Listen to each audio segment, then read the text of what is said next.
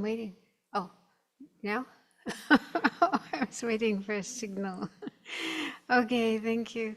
So good morning, and we'll start with some prayers, and then a little meditation on something we learned about last week regarding joyous effort. To the teacher endowed, transcendent destroyer, one thus gone, full destroyer, completely and fully awakened one, perfect in knowledge and good conduct, one gone to bliss, nor the world supreme guide of beings to be tamed.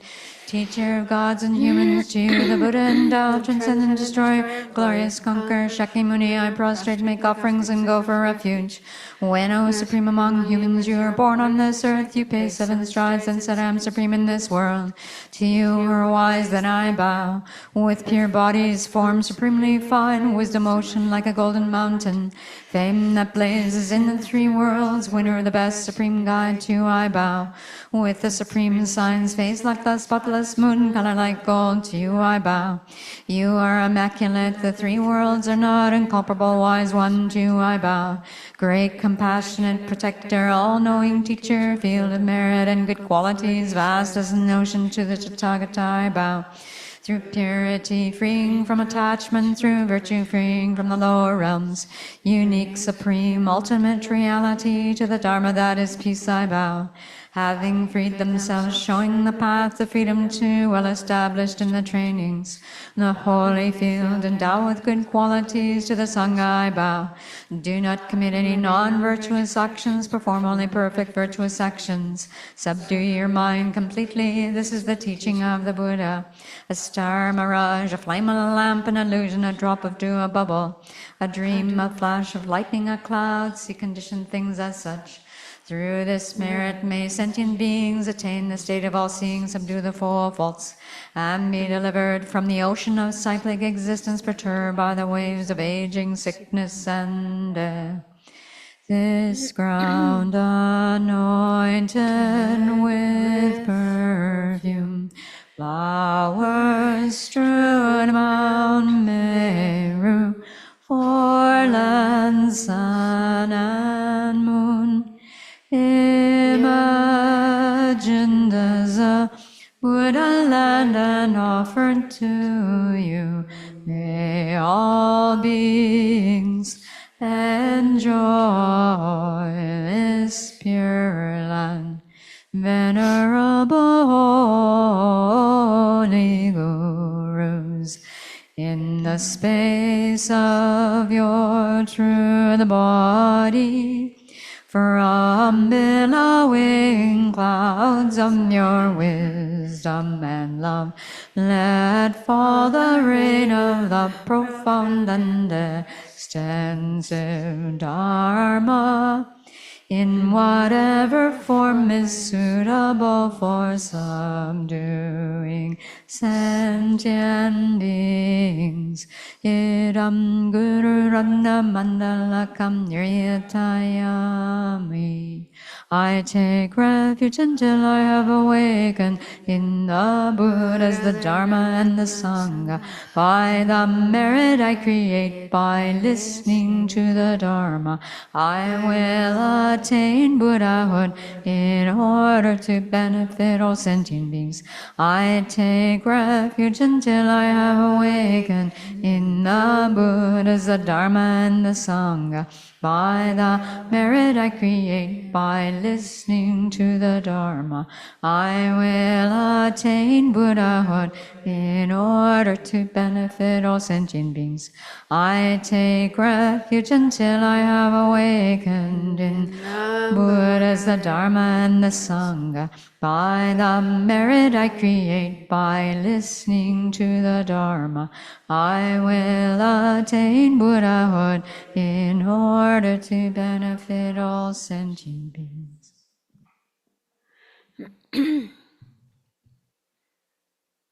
So take a few minutes to make sure that you're settled down in a comfortable position and in a state of mind that's here in the present, not somewhere else or some other time.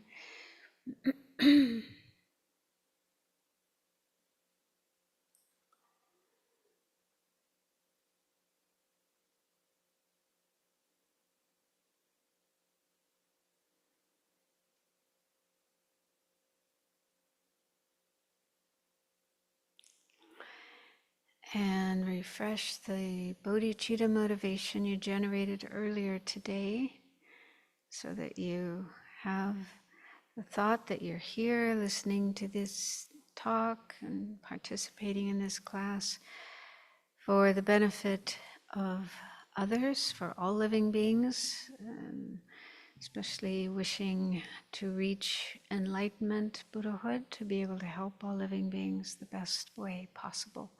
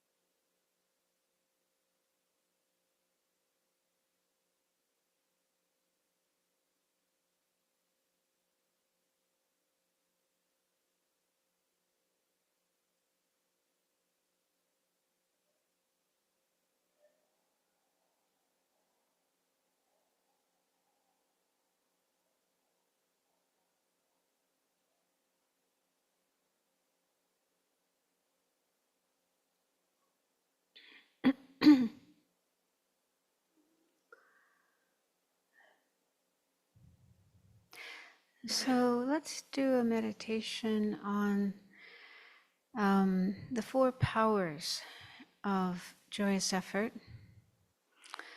So we've been learning about the perfection of joyous effort, taking delight in virtue, the benefits of having such a state of mind, the disadvantages of not having it, obstacles to having joyous effort, the different kinds of laziness and how to overcome those. And then the favorable conditions that we can cultivate so that we do have more joyous effort. So these are called the four powers. And the first is aspiration. This means having strong aspiration or desire to attain the goals of the path, the different qualities and realizations that bodhisattvas develop, and all the way up to the highest state, enlightenment, Buddhahood, to be able to benefit all other beings. So if we have aspiration to attain those goals, if we can really see how worthwhile it is, how fantastic it is to have those goals, then we'll have a lot of energy, enthusiasm to create the causes for those goals. A bit like an athlete who wants to compete in the Olympics will have a lot of enthusiasm to train and do whatever is necessary to achieve that goal.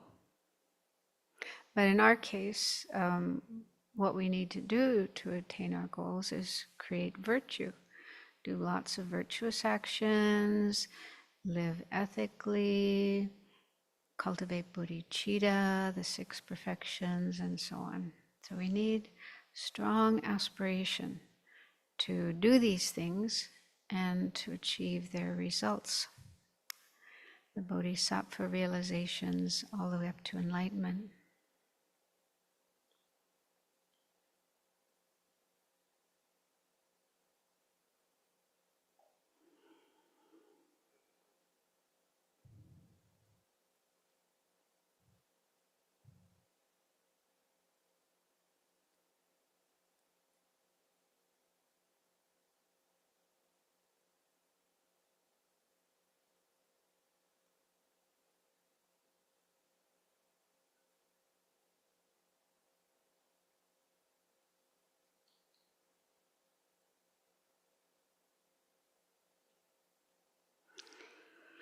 And then the second power is steadfastness, which means being conscientious about finishing what we begin, mainly in terms of the bodhisattva deeds.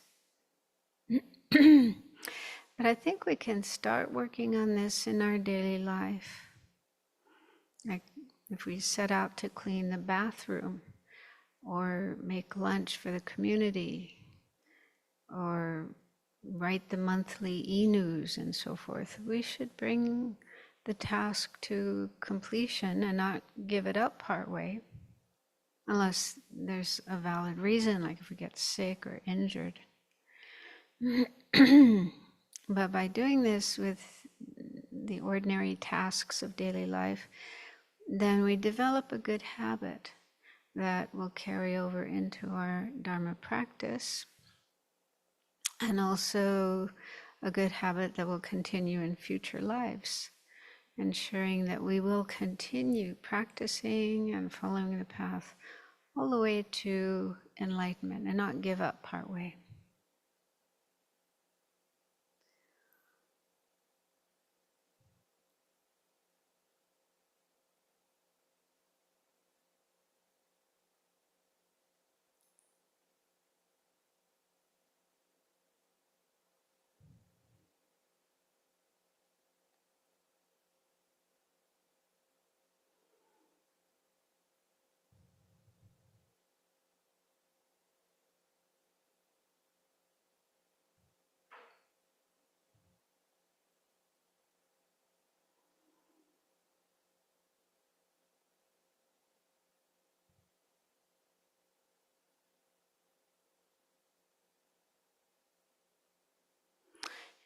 The third power is joy, being joyful about creating virtue and benefiting sentient beings and practicing the Dharma to progress along the path, reach enlightenment.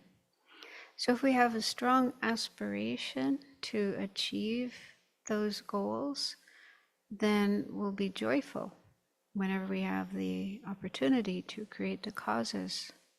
And we'll want to do these more and more, just like children have a lot of joy and enthusiasm when it comes to playing.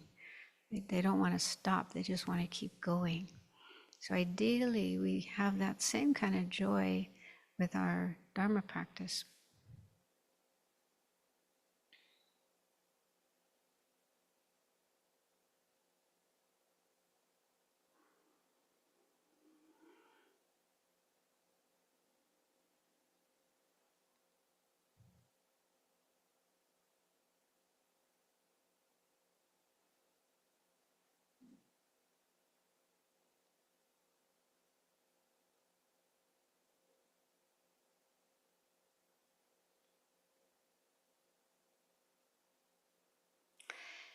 And the fourth power is the power of rest.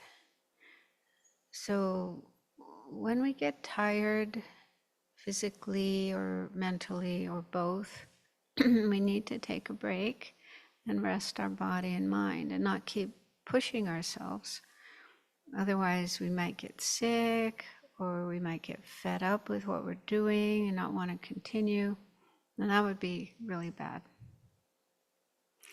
So we do need to recognize the need for taking a rest, but not too long, not overdoing it. So once we recover our energy and strength, then we need to return to our practice, our activities, for the benefit of enlightenment for all beings.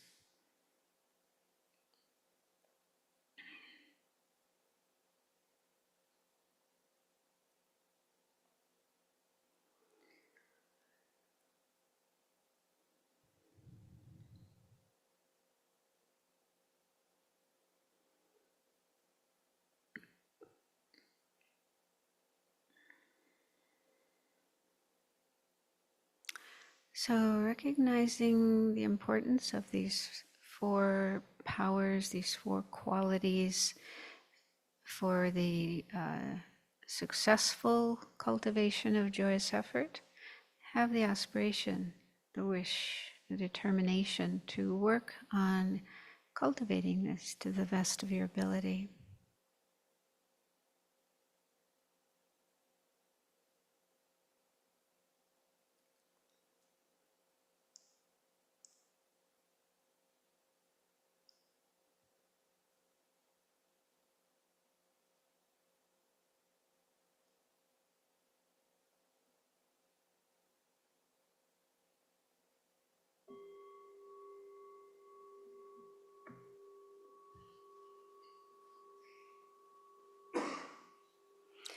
somebody close that door? It's kind of noisy.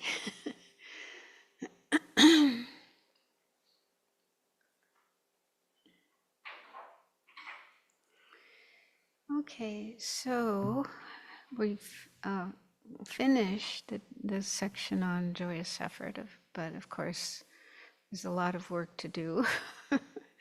So, and I did want to mention too, with regard to that second power of steadfastness, there were some questions about that last week, and I was thinking about it.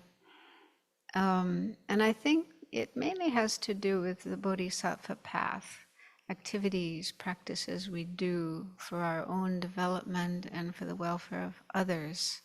So it's those kind of actions that we need to be steadfast about and not give them up part way, but bring them to completion. Not necessarily every activity we do in our life, because otherwise maybe some of us wouldn't even be here. We'd still be working that job, trying to make our first million, or in that relationship, maybe even having kids, working for a PhD, paying off the mortgage of our house, and so on. So if we took that too literally and thought we have to finish everything we start, then yeah, we wouldn't have time to practice Dharma. So I think it's mainly with regard to Dharma activities. But like I said in the meditation, I think it's something we can also develop in our daily life activities, like cleaning the bathroom. And my guess is probably most of us learned this from our parents. Like growing up, I certainly had that experience. If you start raking the leaves on the lawn and then you get tired and you just leave them half done and the rake is lying there, your father's going to say something to you, right? That was my experience. You start baking something in the kitchen and then you decide, oh, I don't want to do this, and you leave a big mess. Your mom's going to say something, right? So maybe that doesn't happen in every family, but I think it's just kind of common sense, that we finish what we start, or at least clean up the mess that we made if we don't want to continue. But then again, with regard to mundane activities that we may start in our life, like if you think, oh, I'd like to learn how to make macrame, and you start doing a macrame class, and you realize, well, this isn't such a worthwhile way to spend my time. So, if it's something mundane just for this lifetime and nothing to do with Dharma, then it doesn't mean we have to bring that to completion, right? So it's this quality mainly has to do with our Dharma practice, spiritual activities that we embark on for the sake of enlightenment and helping sentient beings. And I was thinking about what if Peter hadn't come back to finish the statues that he started? Or Young Construction decided they didn't want to finish the Buddha Hall. So yeah, I mean, it is just, in the world, it's just makes sense that you finish things that you start, unless, of course, if you get sick or you get injured or you die, then you can't finish, but maybe somebody else will finish it for you. Does that make sense? Is that clear? Okay, so now we'll move on. And the last two perfections are meditative, well, sometimes it's called concentration, but here it's called meditative stabilization. And then and wisdom, the fifth and sixth perfections. So in this book, at this point in the text, Lama Tsongkhapa talks about them just very briefly, because he will return to them later in a very extensive way. We'll go into great details with those two perfections. So we'll just have a brief introduction to them here. So we're on page 265. And so the fifth perfection, here it's called meditative stabilization. The term is samten, like our Venerable Samten. And the Sanskrit term is jnana, and the Pali term is jnana, I think is how it's pronounced. It's very famous. It's it seems to be very popular nowadays. People trying to achieve the jhanas.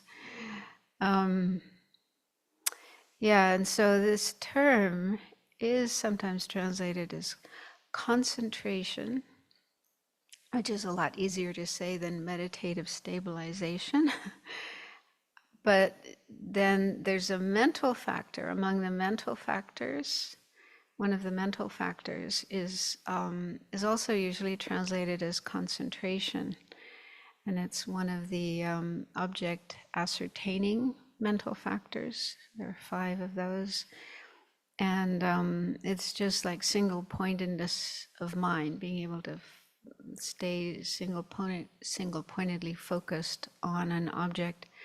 So that's a mental factor. And it's sometimes translated as concentration. It's tingye zin in Tibetan, or samadhi. You probably heard of that term, samadhi. So that's a mental factor. And in some explanations, that's something everybody has. Everybody has concentration. I like to think of cats. If you've ever watched a cat who's watching a mouse or a bird or a chipmunk or something, they can have amazing concentration. So it's not necessarily a virtuous mental factor, but it's something that we all have the ability to experience at certain times. But here, meditated, when it comes to samten, this is a particular kind of single-pointedness of mind that's developed as part of a spiritual practice. So it's more specific to spiritual practice. But just to let you know that, because if you're reading an English book, a Dharma book that's written in English, and if you come across the term concentration, so just be aware that that term has different usages. And so if you really want to be precise, you could try to make an effort to find out what is the Sanskrit term or the Tibetan term that they're translating as concentration there. Or you could just figure it out according to the context. Okay, so let's start looking at the book. How to train in... So, yeah, he calls it meditative stabilization, and he also calls it concentration, how to train in concentration. So this has 3 points. The nature of meditative stabilization, its subdivisions, and how to generate it in one's mind stream. So first, the nature of meditative stabilization. This is like what it is. So the nature of meditative stabilization is a mind that abides single-pointedly on any suitable virtuous object. So that's one way of translating the Tibetan, but some other books, including Geshe Sopa's, say it's a mind that it's a virtuous mind. It's a virtuous mind that abides single-pointedly on any suitable object. So the term virtuous qualifies mind rather than object. Do you see what I'm saying? And when I looked at the Tibetan with my limited understanding of Tibetan, it seems like it could be translated either way. But personally, I feel more comfortable with a virtuous mind, using virtuous to qualify mind, because it seems to me that, yeah, you can abide single-pointedly on a virtuous object with a non-virtuous mind. So, for example, if someone is staring at an image of the Buddha with attachment, and maybe it's a precious image, and they're like worth a lot of money, and the person is thinking about stealing it. So they're kind of concentrating on the object with attachment, or it's their own personal Buddha image, and they're thinking of it more in terms of its worldly value rather than the qualities of the Buddha. So it's possible, right? It's possible to look at an image of the Buddha with attachment, or even with anger. Yeah, somebody might be thinking, oh, Buddha was a heretic and his teachings were all wrong. I want to destroy that statue. I mean, that's also possible, like the Taliban did with the big images of the Buddha in Afghanistan. They probably spent a lot of time focusing on those images to figure out how to destroy them. So there you have a virtuous object, image of the Buddha, but the mind that's focusing on that object is not virtuous. Yeah? So, on the other hand, somebody might say, well, that kind of mind wouldn't be called meditative stabilization. Yeah? Somebody, a thief wanting to steal the Buddha statue and focusing on it and figuring out how to steal it, that would not be meditative stabilization. Meditative stabilization is something you'd cultivate as part of a spiritual path, not just any kind of concentration. You know what I'm saying?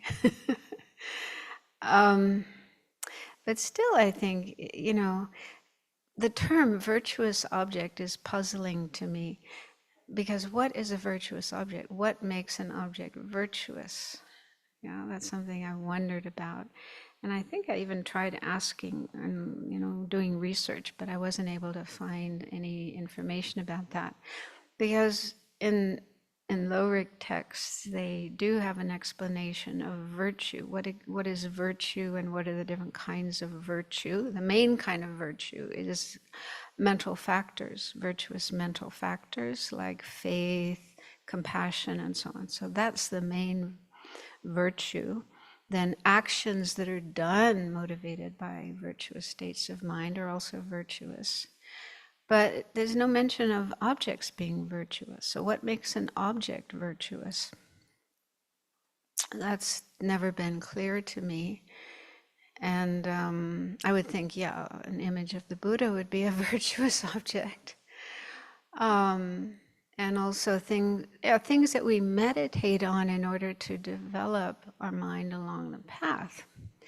But then some of those things we meditate on to develop our mind don't really seem virtuous. Like, for example, suffering, right? All the different kinds of sufferings in samsara. We need to meditate on those in order to generate renunciation, the determination to be free, and also compassion, so that we have compassion for others. So we meditate a lot on suffering. But is that virtuous? Right? It's something you meditate on as part of your spiritual practice. But I wouldn't think you'd say that's a virtuous object.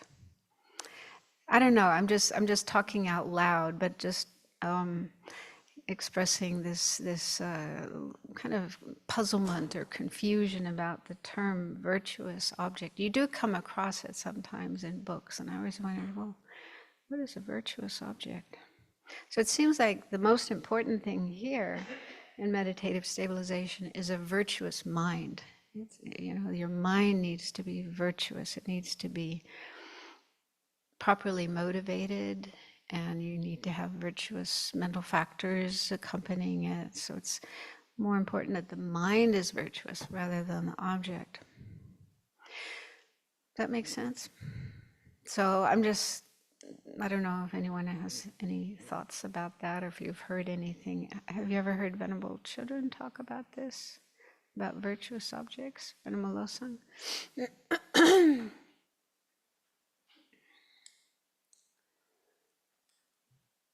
What I have heard her say is that she encourages us to use an image of the Buddha as our meditation object, because that is a virtuous object where meditating on the breath is not a virtuous object.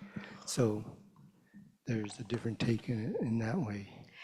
Yeah, so in that case, yeah, when you're using the Buddha, an image of the Buddha as an object for cultivating concentration, calm abiding, then yeah, that object is going to have really good,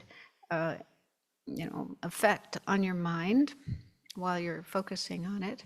Whereas the breath is more, I think, a neutral object. It's not virtuous, it's not non-virtuous, so it's just kind of neutral.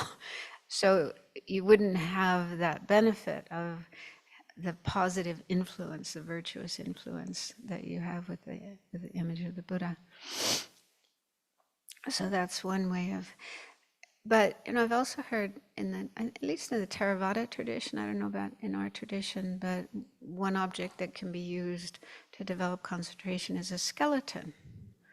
Yeah, that's taught in the sutras, using a skeleton. So a skeleton? What would that be? Maybe neutral, not really virtuous, not really non-virtuous, but still you can develop concentration and probably renunciation at the same time. We have talked about, if this is in the same line, of the power of the object in terms of teachings, like if you're in front of a Buddhist statue and you have anger, you're still getting some virtuous imprint because of the power of the object, whatever that means. Yeah, they do say that. Yeah. Buddha images and stupas and so on are just powerful. So even if you have a non-virtuous mind relating to them, there's still some benefit.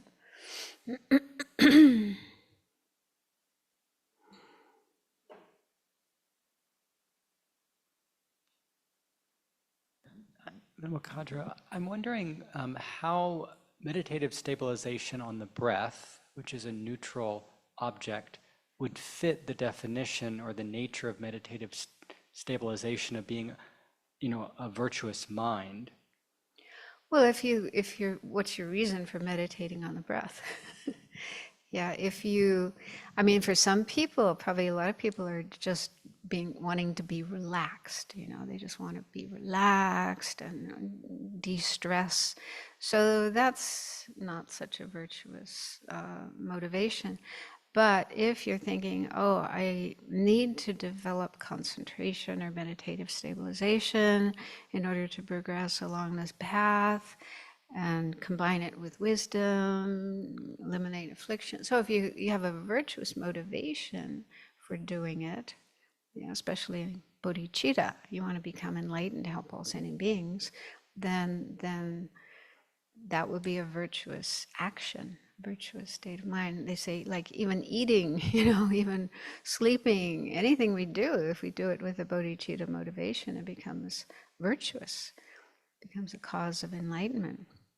So if that's the case with ordinary activities like eating and sleeping, then of course meditating on the breath or on a skeleton, it can become virtuous as well, cause of enlightenment.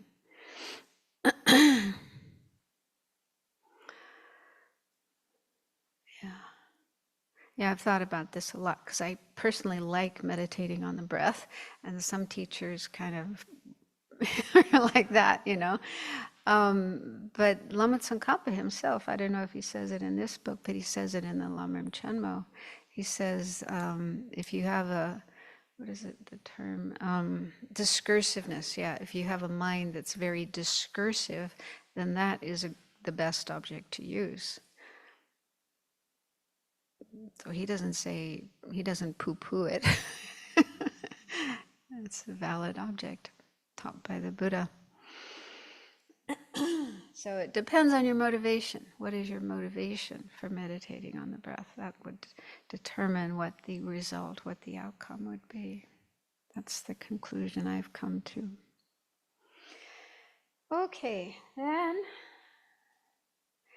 it's subdivisions. So there seem to be different ways of dividing it. So first it says, its nature is twofold, mundane and supramundane.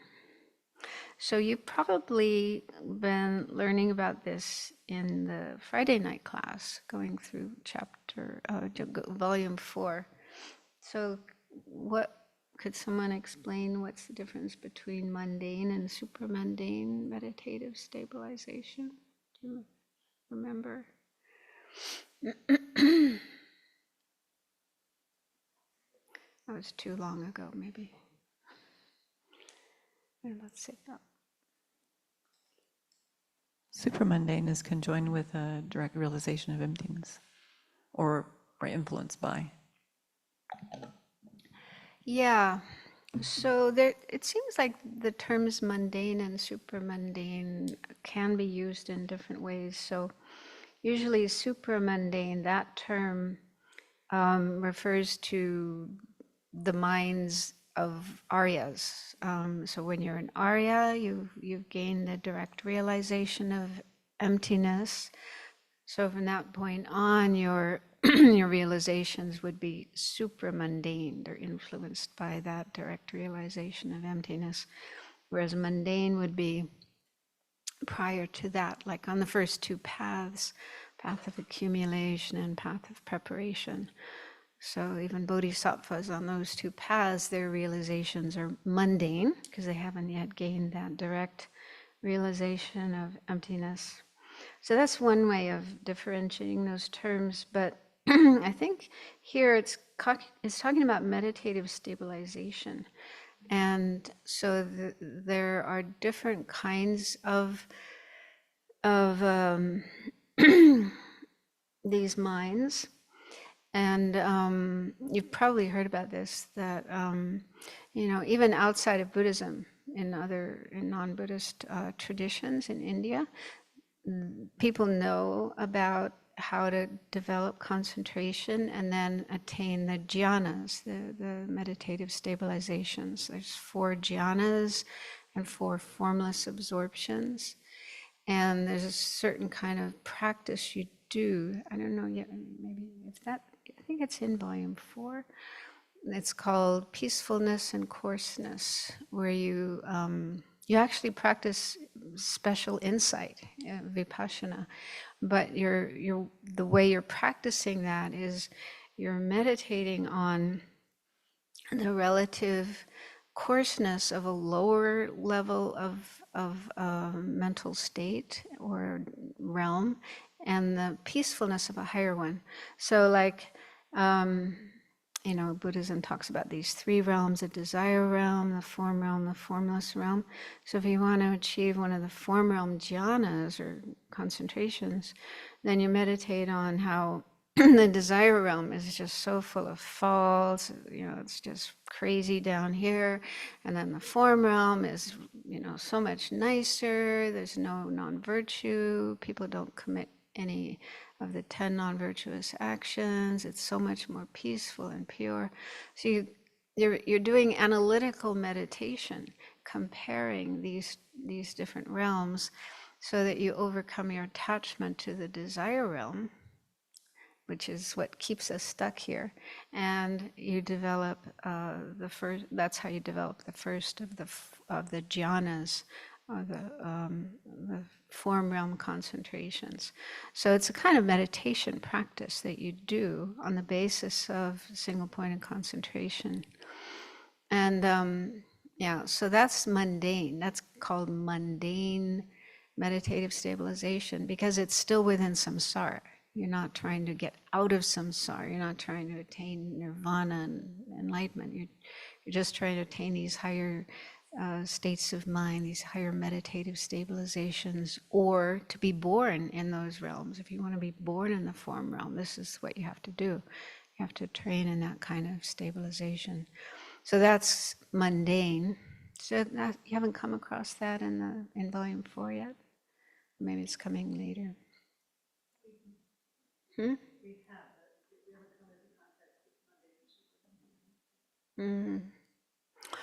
And then the supramundane is when you're using your meditative stabilization, your ability to keep your mind focused single-pointedly. You're using it to get out of samsara. You don't want to stay in samsara, but you want to get out. And to do that, you need to focus on emptiness. You need to analyze, do things exist inherently or not? And yeah, that is your object of meditation, emptiness, and that becomes super mundane. So that's probably the meaning here. It's like, what is your goal? What goal you have in your cultivation of concentration, what object you're using, what method you're using, and so on. But this might come later when he goes into the details of meditative stabilization.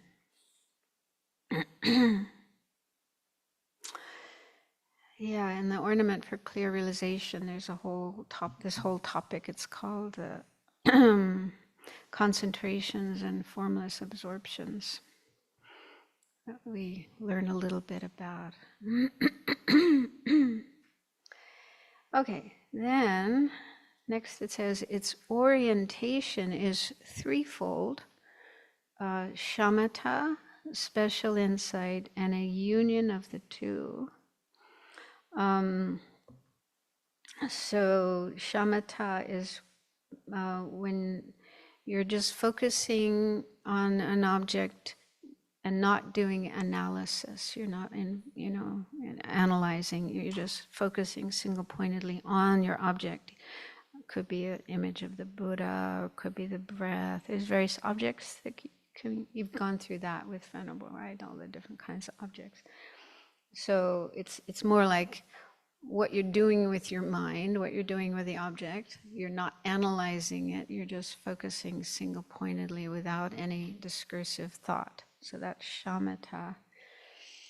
And then special insight is when you are on the basis of concentration. You have a single-pointedness of mind.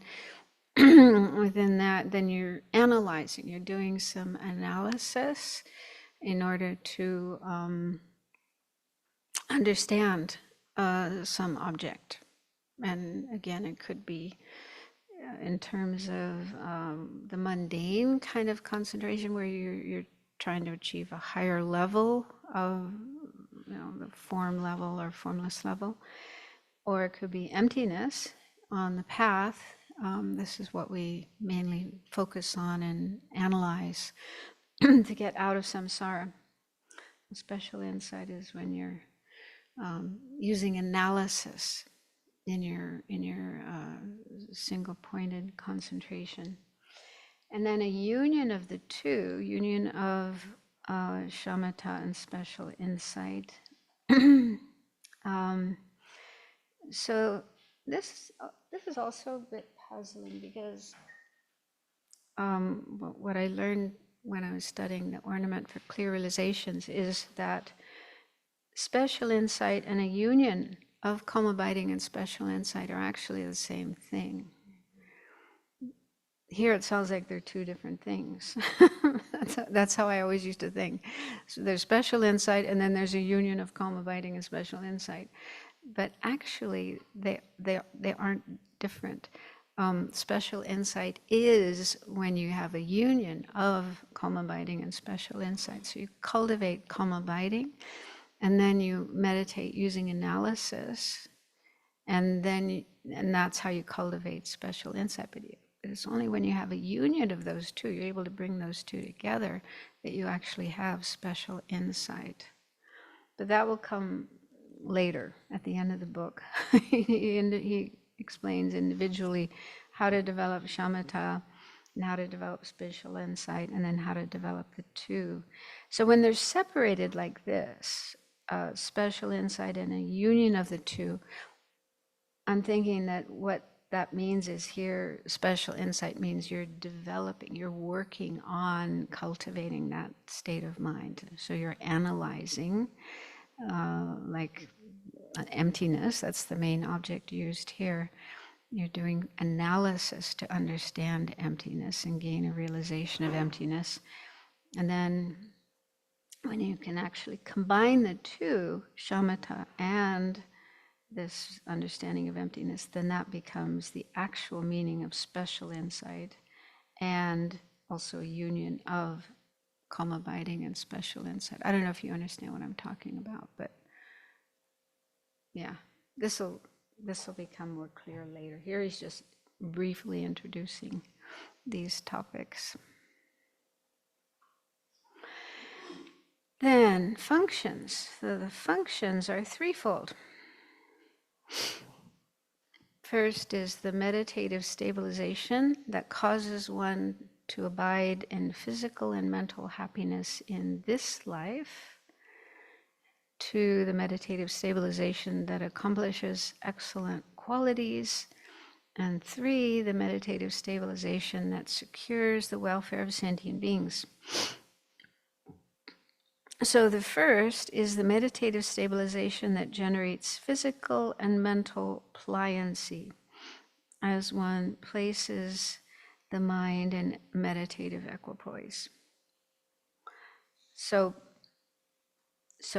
when you cultivate calm abiding or serenity, whatever term is used, Shamata in Sanskrit. So when you cultivate that, and you actually attain that state of Shamata, then you experience physical and mental pliancy. And pliancy is a virtuous mental factor, where you feel very light and very blissful, and it said you can use your body and your mind for whatever you want to do. Your mind is very flexible. You can always keep it on virtue, and it doesn't wander to non-virtuous things. And physically, your body feels really light, and you can just do anything with your body. So you experience a lot of physical and mental bliss, happiness, just in this very lifetime when you develop calm abiding. So you get benefit here and now without having to wait for future lives.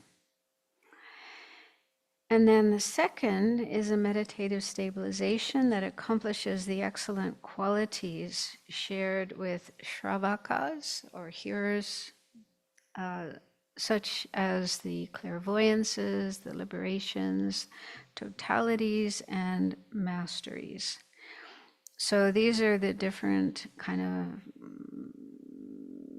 qualities or abilities that can be developed on the basis of shamatha. So after developing shamatha, that very high level of concentration, you can go on to do various practices that will enable you to attain these additional things. So what he calls here, he calls the clairvoyances, I think Venerable calls super knowledges, super powers. What are they called? Super knowledges. Yeah, so things like you can emanate yourself, you can create emanations, manifestations, you can read other people's minds, you can remember the past lives of yourselves and others, and so on. So these sort of super normal abilities. And then the liberations, totalities, and masteries, those are additional things. I don't know if those are explained in volume 4. They might be, maybe, are they? Yeah, they're explained in the ornament. So these are just different kinds of, excellent qualities. And these can be developed by hearers and solitary realizers. And even non-Buddhists can develop some of these, like those super knowledges. So they have the ability to develop those.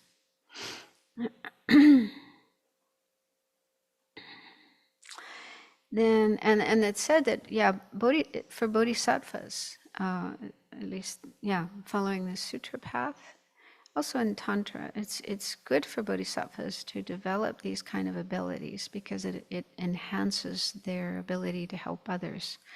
So, for example, being able to see into people's minds and what's going on, what kind of karma they have, what kind of afflictions they have, and so on, what would be the best way of helping them, then you can be more helpful to others. You're trying to help them. So, of course, these powers need to be used with the right motivation and with wisdom and compassion and so on, and no ego. But they do help you in your work for other beings. Then the third is the meditative stabilization that accomplishes the welfare in 11 ways by means of meditative stabilization. So, yeah, there's a footnote there with the 11 ways of helping sentient beings. And so it refers to the ornament for clear knowledge, the ornament for clear realization. This lists 11 activities that benefit sentient beings. Working for beings' benefit, working for their happiness, protecting them, being a refuge for them, being their place of rest, being their final resort, being an island for them, being a leader, being effortlessly present, not realizing the fruit as ultimately real, and being a perfect resource. The last three are special activities that allow beings to realize the mind of a Buddha. Yeah, so there's 11 sort of special ways of helping others. And in Geshe Zopa's book, he says that there's a particular meditative stabilization for each of these 11 to focus on them and understand the object, the goal, the appropriateness of each. There's a meditative stabilization for each of these 11 ways of helping sentient beings, accomplishing their welfare. So, different kinds of meditative stabilization. Then, how to generate it in one's mind stream. On the next page, the thoughts regarding the benefits of cultivating meditative stabilization and the faults of not cultivating it will be explained in the chapter on Shamata. So that's coming later. So he'll go into a much more extensive explanation. And the last point is the generosity. So when practicing meditative stabilization, this fifth perfection, ideally you practice it together with all the other perfections, the other 5 perfections. So he just gives one example of that here. The generosity of training in meditative stabilization, possessing the 6 perfections, is to abide in meditative stabilization oneself and establish others in it. So how you practice generosity with meditative stabilization is you want to share it with others. So you want others to learn how to develop this state of mind and teach them. And yeah, just abiding it in yourself, will have beneficial effects on others. So you become someone who's very calm and subdued. Your mind isn't just sort of wild and out of control. So just being someone who has attained Shamata, meditative stabilization, will have good effects on others, helping them be more subdued and calm, and inspiring them to become like that as well. So that's how we practice the generosity of meditative stabilization. And he doesn't mention the others, but maybe we can guess. So the ethics of meditative stabilization, what would that be?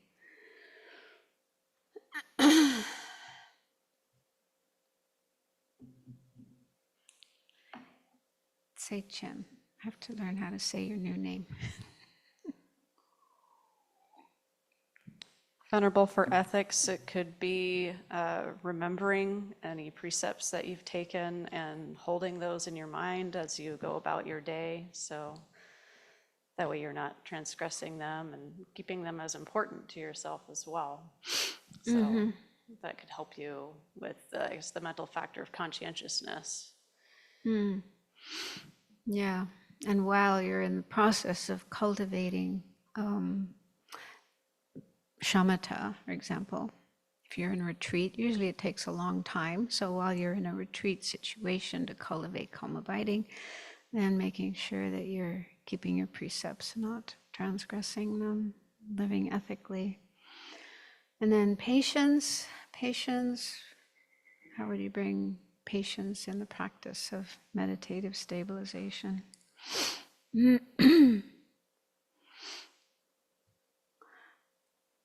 I can think of, oh, Venerable Gyatso.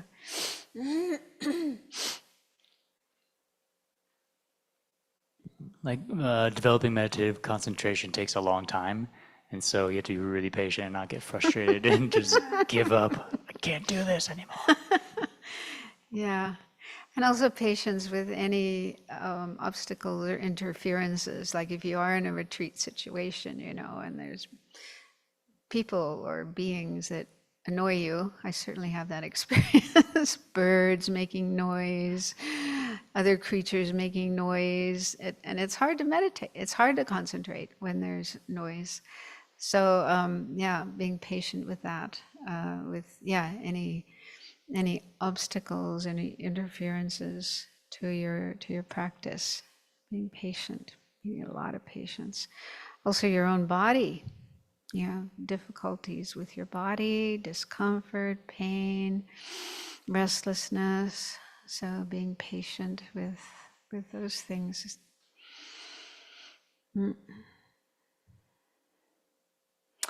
What's next? Joyous effort. That's easy. Yeah, just seeing this practice as wonderful because it's creating virtue, helping you progress along the path, get closer to enlightenment. So having joy about your practice, not seeing it as something burdensome and unpleasant, but being joyful about it. It's a virtuous thing. Then meditative stabilization itself, meditative stabilization of meditative stabilization. I think the way it was explained before was just creating the tendencies. Yeah, you're creating certain habits, tendencies that you want to continue for a long time in this lifetime and all your future lives up to enlightenment. It's not, you don't see it as something you just do for a little while and then you leave it aside and give it up, but something you want to continue doing all the way to enlightenment. Because we really need, it's an essential quality to complete our path and reach enlightenment. And then wisdom of meditative stabilization, what would that be?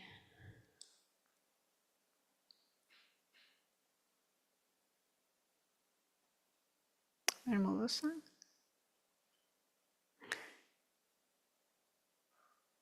Well, one thing, making sure you understand the instructions and that kind of mundane wisdom, and the pitfalls of, but mostly focusing, having some understanding of emptiness and knowing where you are trying to go with this tool of concentration. Yeah, so that's like more like wisdom of conventionalities, just knowing the right way to go about developing calm abiding, doing the instructions, but also wisdom. I mean, they say that the ideal way to bring wisdom into our practice of the other perfections is to think about the three circles, three spheres. The subject who's doing the action itself, the object, like in this case, I guess the object you're meditating on, seeing all of those as empty of inherent existence. I guess I was also trying to imply that having the intention that I'm going to develop this concentration so I can conjoin it with insight of emptiness so that I can become free of samsara. Right, and that is really important, really, really important, because they say that, yeah, if you're developing shamatha, developing single-pointed concentration, and then using it just to go the route of the mundane route of, attaining these higher states of mind, the jhanas, and the formless absorptions, then you're just continuing to be in samsara. Yeah, circling in samsara. And it's really easy to happen, because I think once you get the bliss, that bliss, you can get really attached to that bliss and want to just stay in that and forget about enlightenment, forget about sentient beings. I want this bliss. So, so just to make sure we really understand what our goal is, why we are using this. It's just a tool. It's more like a tool that we're cultivating to use to then combine with wisdom and get ourselves out of samsara and get ourselves to enlightenment to benefit all living beings. So we need a lot of wisdom about those things. And speaking of which, now we come to wisdom.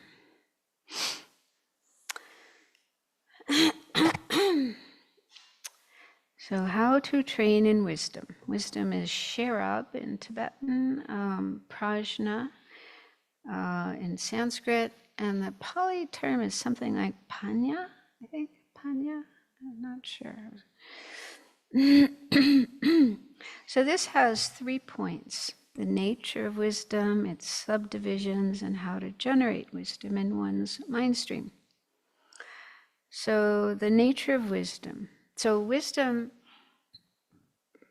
is, again, a mental factor. It's one of the mental factors, and it's in the same group of mental factors as concentration. So they're called object ascertaining mental factors, and there's 5 of those. Can anyone remember all the 5 object ascertaining mental factors? Aspiration, belief, mindfulness, concentration, wisdom. Oh yeah, microphone for the. Yeah, I repeated them. So aspiration, belief, although there's different translations of those terms, and then mindfulness, concentration, and wisdom. So those 5 are called object ascertaining mental factors, and they're not virtuous or non-virtuous on their own. They're more kind of neutral, but if they are accompanied by a virtuous mental factor like compassion, like faith, then they too become virtuous. Okay, so here it says, in general, wisdom is that which very thoroughly differentiates qualities in the thing that is being investigated. So, yeah, it analyzes some object that, analyzes, investigates some object, and then differentiates qualities. Can differentiate good qualities, not so good qualities, and so on. So it's an analytical mind. And it says here, it is the wisdom that is skilled in the 5 areas of knowledge, and so forth. So I made a slide of these 5 areas of knowledge. Sometimes they're called 5 sciences, but I'm not sure if science is the appropriate word.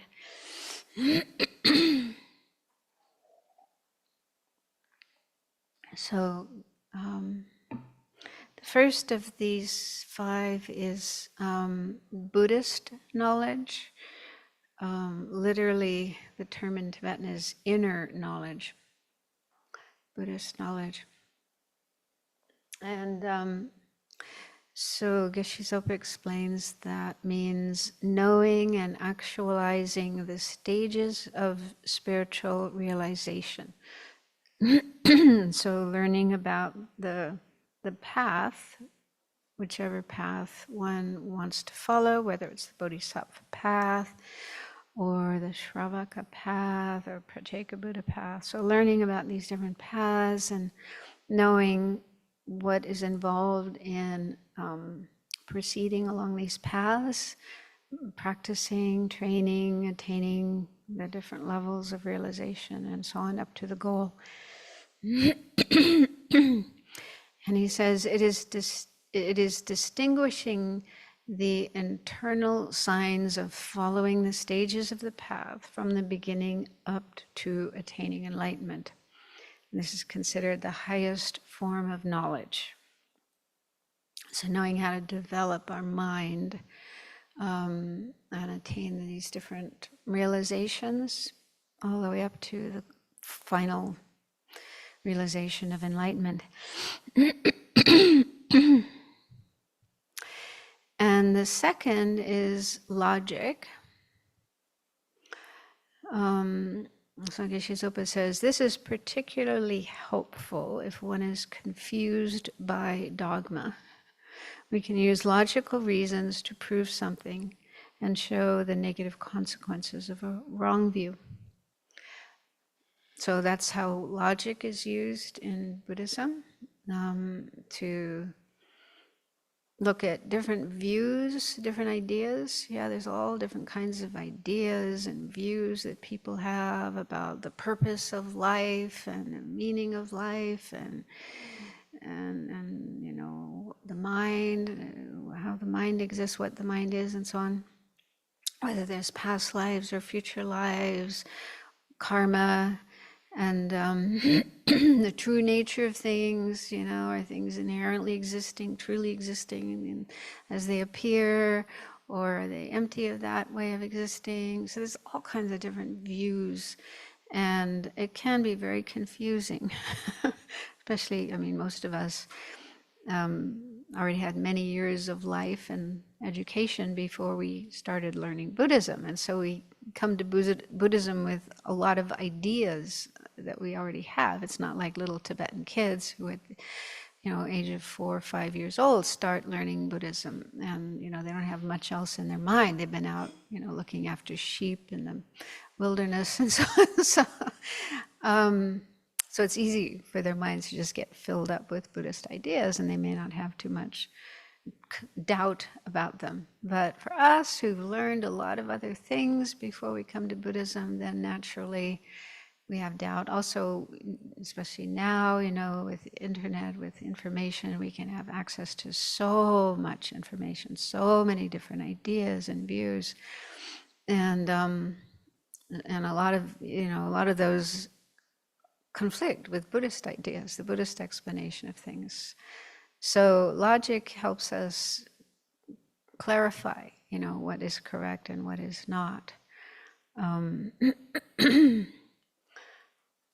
Venerable Pema's not here, but last week she brought up this idea of original sin, which many of us are taught as children, that we are born with original sin, and so it's like, I don't know the whole story of that, but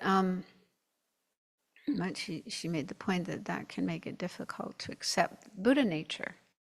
Yeah, if you've been taught that as a child, then it's difficult to accept that you can totally transform yourself, your mind, and reach, you know, this highest state of mind of Buddhahood. So I was thinking afterwards that, I mean, if you just use logic to investigate that whole idea of original sin, like, what does it mean? Where does it come from? Is there any proof for it? Is there any valid reason for believing in it? So instead of just getting stuck in this conflict, well, you know, I was taught this when I was a child, and now Buddhism is saying that, and you know, being confused about that, use logic to investigate. And that's like in the monasteries. And as Venerable Geshe-ma Delek Wama, when she was here last year, was teaching some fundamentals of debating. So they have this this technique of debating to check ideas, views, statements, and so on, to see if they are logically consistent or not. So they use that a lot in the monasteries when they're studying the Buddhist scriptures, not just blindly believing whatever's written in the scriptures. Buddha said, don't do that. Investigate. Check what is true and what is not. So this is very helpful to learn how to do. And third is grammar or language. So Geshe Zopa says this is important because if we can't express what we know, our knowledge won't help others. Understanding grammar or how language functions enables us to teach others the Dharma. We could teach with gestures, but it's more efficient and effective to explain things verbally. Right? So you might have a lot of knowledge, you might have even realizations in your mind, but if you don't know how to express yourself, right? How to explain things clearly to others to help them gain knowledge and understanding as well, then you're less effective. And it's actually one of the 10 qualities of an ideal Mahayana spiritual teacher is being able to teach in an effective way, clearly. So yeah. So that's the benefit of grammar and language. And then number 4, technical arts. This is the knowledge of the technology employed to make material things. To do anything skillfully, we must have the common sense wisdom of knowing how to do it. Okay, and I think that could even include very basic things like how to cook, how to make bread or momos, stir-fry veggies, and so on.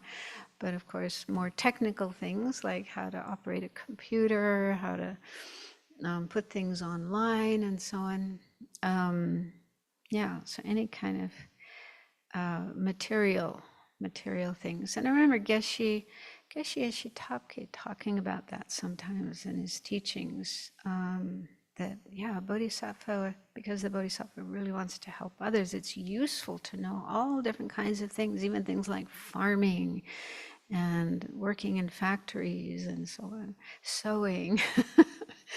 So having such knowledge and skill then enables you to offer service to the monastery, offer service to others when they need help. And then medicine, I think that's self-explanatory how beneficial that is when people are sick or injured, knowing how to heal them. So there's in Tibetan tradition, there are monks and nuns even who become doctors and practice medicine. So these 5 are considered wisdom that knows conventionalities, or we could call it conventional wisdom. So that comes down below in the subdivisions, where it says there are 3 subdivisions. The first is the wisdom realizing the ultimate, so that would be the wisdom knowing emptiness, the ultimate truth, the true nature of all things. That's the most important wisdom, because that is what will enable us to free ourselves from all the suffering and the causes of suffering, and then be able to help others do that as well. And then second is the wisdom realizing conventionalities. So the term wisdom also refers to understanding things on a conventional level, like these 5 types of sciences, how things exist conventionally. Third is the wisdom realizing the welfare of sentient beings. So then he goes on to explain these three. The first is the wisdom comprehending the suchness. Suchness is another term for emptiness or ultimate truth. That is selflessness. That's another term for emptiness. By means of a generic image. So that means conceptual, a conceptual wisdom. So even when we have a conceptual or inferential realization of emptiness, that is still considered wisdom. And then he goes on to say, and the wisdom comprehending, it's a little strange here. The wisdom comprehending the suchness that is selflessness by means of something manifest. So what that means is the direct realization of emptiness. So seeing emptiness directly, nakedly, with direct perception, not by means of a mental image, a conceptual image, but directly. So those are the two kinds of the wisdom realizing the ultimate, first conceptually and then non-conceptually, directly. The second is the wisdom that is skilled in the 5 areas of knowledge, these 5. The third consists in knowing how to accomplish without misdeeds the welfare of sentient beings in this and future lives. So that kind of sounds like skillful means. Yeah, we have compassion and love and bodhicitta. We want to help sentient beings, but we need wisdom in knowing how to do that. If we lack wisdom, then our attempts to help others might backfire, might go wrong, and we fail to help them, and they may get annoyed with us, angry at us, and so on. Or just what we do doesn't really help. So it's really, really important to have wisdom combined with our compassion and our altruism, our wish to benefit others, so that we can help them in the most effective ways. Okay, next, how to generate wisdom in one's mind stream. This is the third main point. The third is to think about the benefits of generating wisdom and the faults of not generating it. So we first look at the benefits. There's a slide about that. So the text goes through 5 different benefits. So this will inspire us. If we can see the benefits of cultivating wisdom, we'll have more energy to do so. So the first benefit, the 100 verses on wisdom, this is a text by Nagarjuna, says, the root of all the excellent qualities, the seen and the unseen, is wisdom. Thus, wisdom should be fully embraced in order to accomplish both. Right, so with wisdom, then we can achieve many other excellent qualities.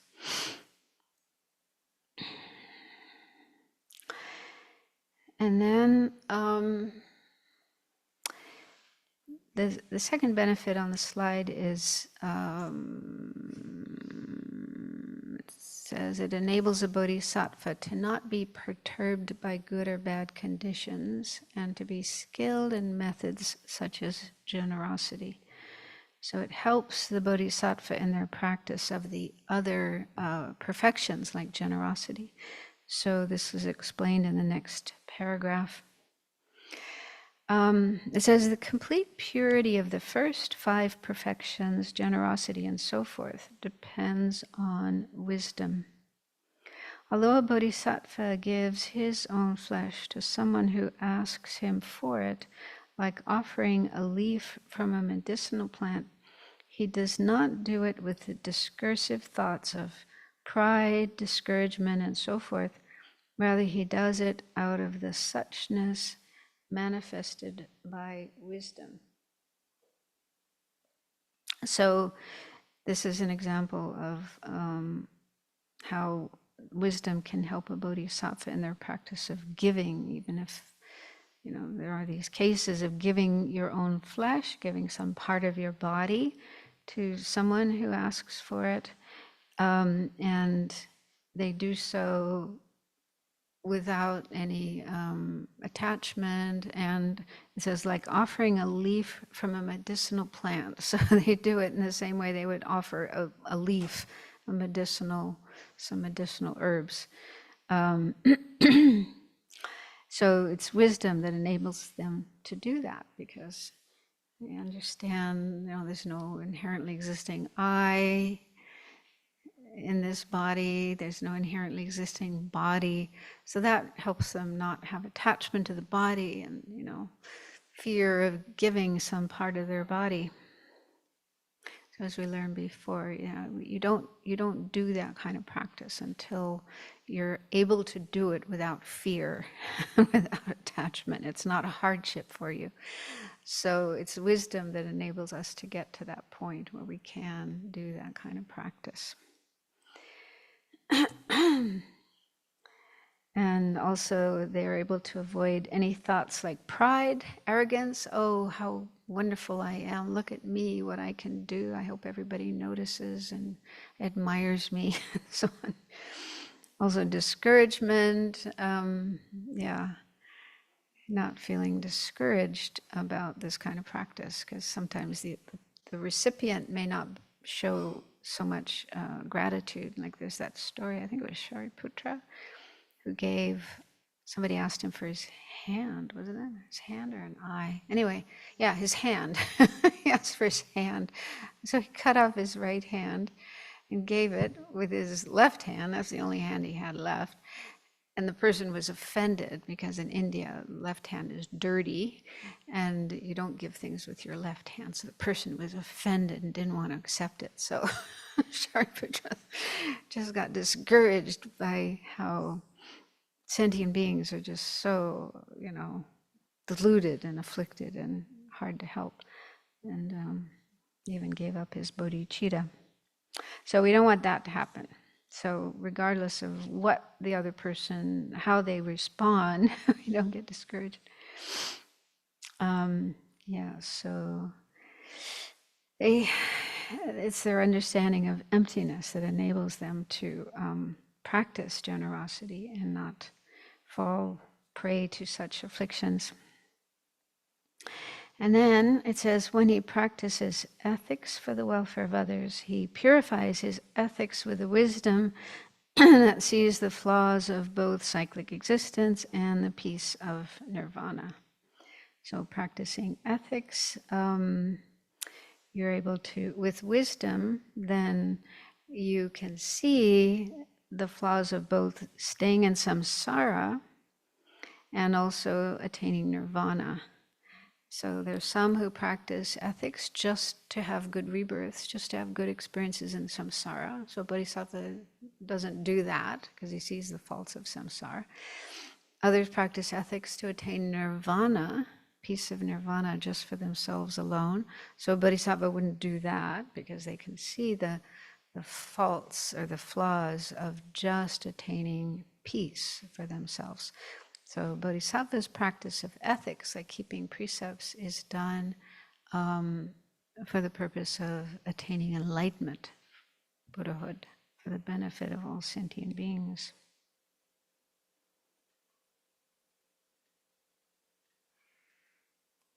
So maybe I'll stop there. I'm not going to finish that paragraph. And there's a few minutes left if anyone has a question.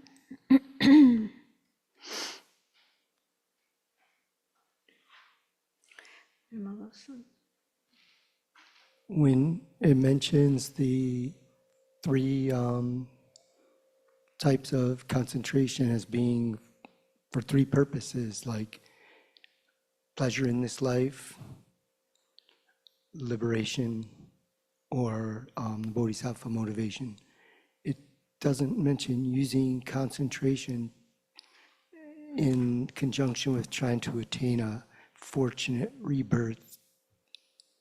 which is it kind of skips the initial scope of the three scopes and dwells mostly on someone who we'd call not in the scope. Well, I mean, what pops up in my mind is you don't really need concentration to get a fortunate rebirth. The main cause for a fortunate rebirth is ethics, ethical conduct. So refraining from non-virtue and creating virtues. So that's the main cause for fortunate rebirth. I mean, of course, it helps to have concentration, but it's not really something essential. Without concentration, I guess without single-pointed concentration, we can subdue our minds enough for that. But we still need some level of good level of concentration. I mean, otherwise, how are we going to understand the afflictions and all that? Yeah.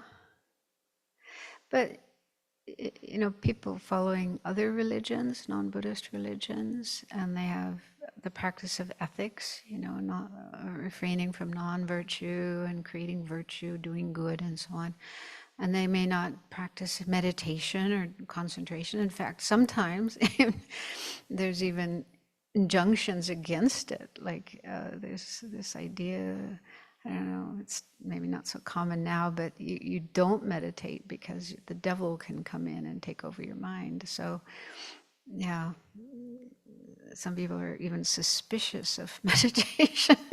You've probably encountered that. So, but they can still, yeah, if they live a good life, an ethical life, they can be born in a good situation in heaven. So it's not absolutely necessary to develop concentration, unless you want to attain, if you want to get out of the desire realm and you want to be born in the form realm or the formless realm. For those rebirths, you have to develop concentration. But just to have a good rebirth in the desire realm, as a human being or as one of the desire realm gods, then it seems like it's not necessary. Thank you. That answers that question. Can I ask another one? So when you were mentioning that special insight and the union of special insight aren't really two things, but that we are working on our special insight before, so then when we separate them out, we're really talking about a similitude of it, huh? Right, yeah. And then it doesn't really become actual special insight until it's conjoined. Okay. Right, and I'm really grateful to Geshe Lodin's book, The Path to Enlightenment in Tibetan Buddhism, because that explains this quite clearly. And he says something like, when we're doing our analytical meditations, like on the Lamrim, we're doing these analytical meditations on the Lamrim, these are all included in special insight, but they are actually a similitude. He uses the term similitude of special insight until we actually achieve special insight. So, yeah, we're kind of preparing ourselves, working our way towards having special insight. But special insight itself is quite a high accomplishment. It's when, like, calm abiding or Shamata is, the criteria for that is when you have the bliss of pliancy arising from single-pointed meditation. So your single-pointed meditation gives rise to these experiences of bliss and pliancy in body and mind. And then special insight is when the bliss of pliancy arises from analysis, from doing analysis, yeah. And they say normally that's really hard to do, because when your mind is analyzing, it's more kind of shaky, not so calm. And so to actually have bliss, the bliss of pliancy arising from analysis is really high accomplishment. But that's the criteria for special insight. So you have to first you have to develop calm abiding or shamatha, and then on the basis of that, start doing analysis and get to that point where you can still have a very stable, calm mind while doing analysis and have that experience of physical and mental bliss and pliancy. So that's the criteria for special insight. That's what we're working towards. So all our efforts in doing analytical meditation are taking us in that direction. It's called The Path to Enlightenment in Tibetan Buddhism. Unfortunately, we don't have a copy in our library. I have a copy I can loan you, but it's hard to get. It's only published in Australia, and it's very expensive if you want to ship it over here. But yeah, it's a wonderful book. For a long time, that was really the only Lamrim book that was available. I mean, there was Liberation in the Palm of the Hand. That's been around a long time, but I just found this book really, really, really helpful. I used it in retreats while teaching and so on until these other books were published, like Lama Tsongkhapa's Lamrim.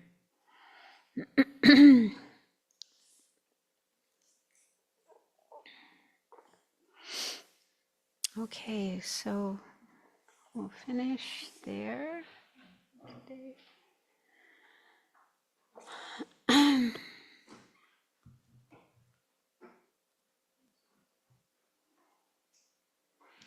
May the spiritual teachers who lead me on the sacred path, and all spiritual friends who practice it, have long life.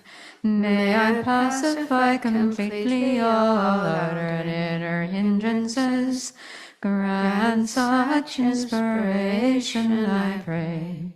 May the lives of the venerable spiritual mentors be stable, and their virtuous actions spread in the 10 directions. May the light of Lobsang's teachings dispelling the darkness of the beings in the 3 worlds always increase. Idam Gururanamanda Kamniryatayami.